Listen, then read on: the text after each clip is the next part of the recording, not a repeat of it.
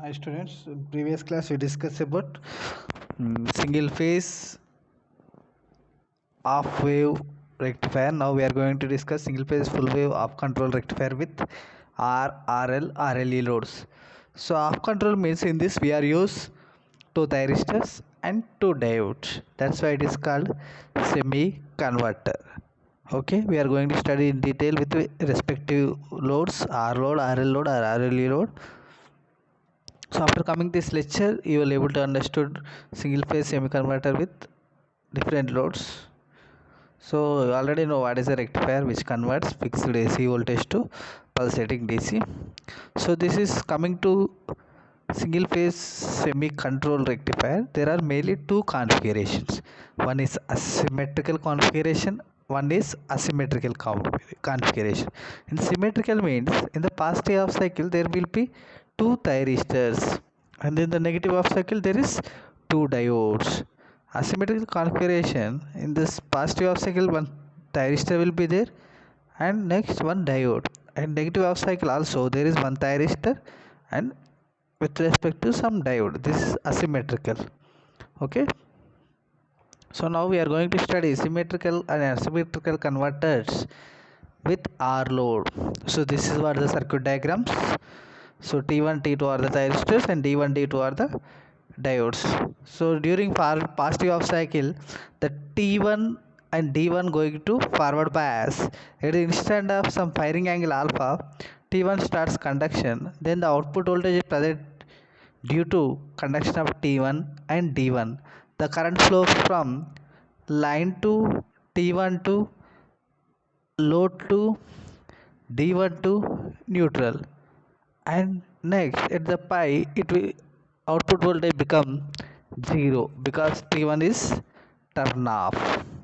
And instead of negative half cycle T2 D2 are going to forward bias and T1 D1 are reverse bias. At pi plus alpha T2 going to trigger, so the output voltage is present due to conduction of T2 and D2. Then the current flows from neutral to T2 to R load to D2 to line. This is the path. So then after 2 pi again the voltage will be 0. This cycle will be repeats, which you are observed clear in this waveform.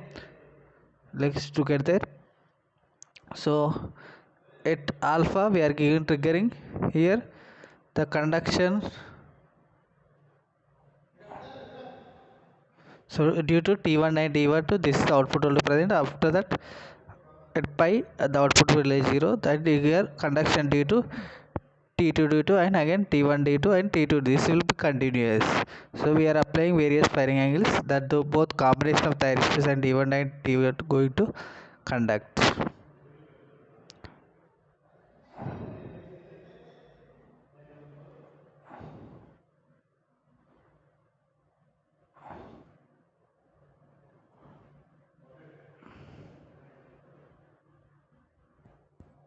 And next, this is what the waveforms. So next, single phase semiconductor with R load. We are going to symmetrical configuration. In this we have symmetrical waveforms. So this is what the output voltage equation. So the voltage present between only two limits, that is alpha to pi. The output voltage Vm sin omega t integration. So we get Vm by pi 1 plus cos alpha.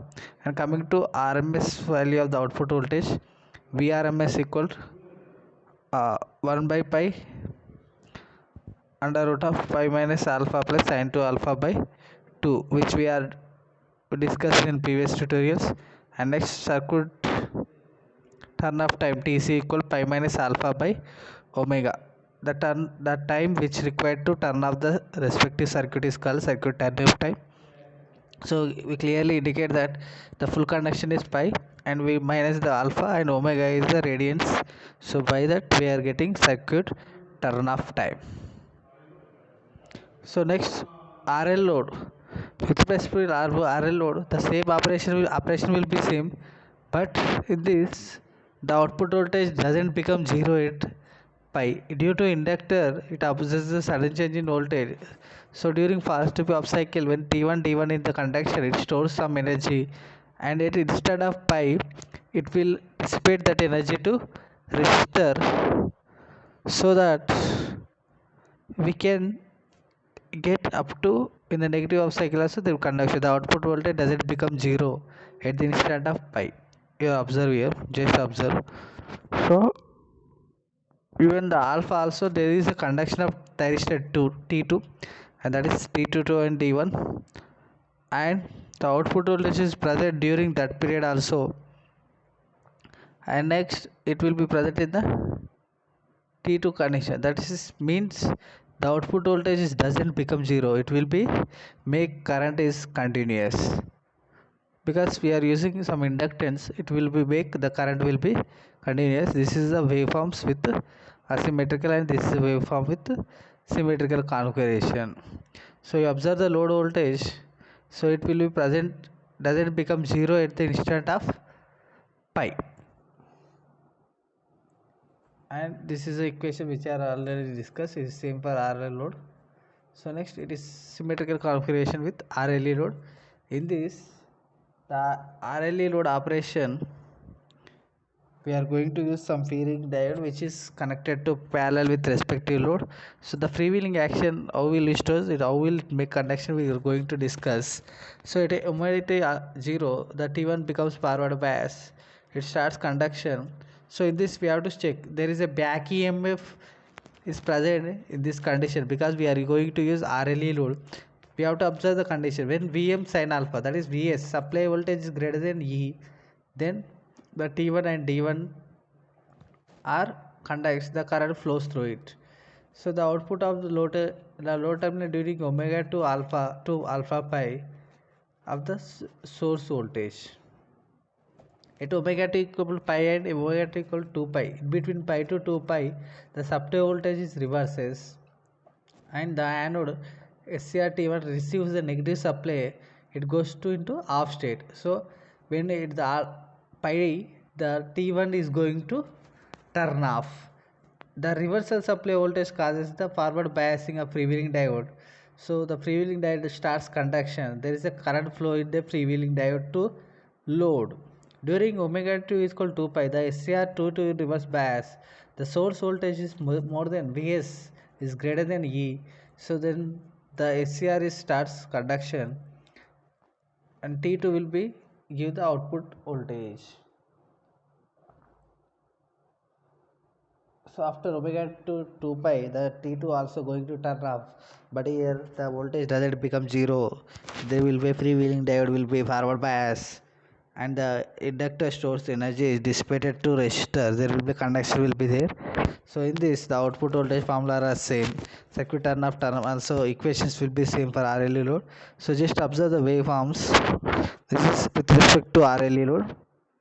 So there will be constant voltage, that is indicates the back EMF of, and at alpha the conduction is due to 0 to alpha is due to freewheeling diode, and after that the conduction is due to T1 D1, and next freewheeling diode, and after that T2 D2 and T1 D1 and T2 D2. This is makes current will be continuous with respect to RLU, that is the advantage of freewheeling diode. Okay, these are the performance indices for every rectifier. So average power is product of average current and average voltage, and AC is RMS voltage into RMS current of ripple factor equal to under root of form factor square minus, and peak universal voltage is 2 Vs. So this is what the difference we are going to get with full wave control rectifier and half wave control rectifier or semi converter. So in this midpoint or bridge configuration use, in half control it are available only bridge configuration. So in this we have 4 thyristors, in this we have with 2 thyristors and 2 diodes. This is operates first and fourth coordinate operation. Here only one operation will perform. So in alpha less than 98 perform conversion, and alpha greater than 98 perform inversion, but half wave rectifier performs only conversion mode. So power factor is less in full wave rectifier, but power factor is more in this semi converter. So coming to reflection part, you have to practice these diagrams, and next with respect to their waveforms and comparison between half converter and full converter. So coming to lecturer questions, you have to understand what is the symmetrical configuration current and circuit diagram of semiconductor and what is the asymmetrical configuration of semiconductor, and also various expressions, that is output voltage, output current, and power factor with DC power and AC power. You have to understand. Thank you.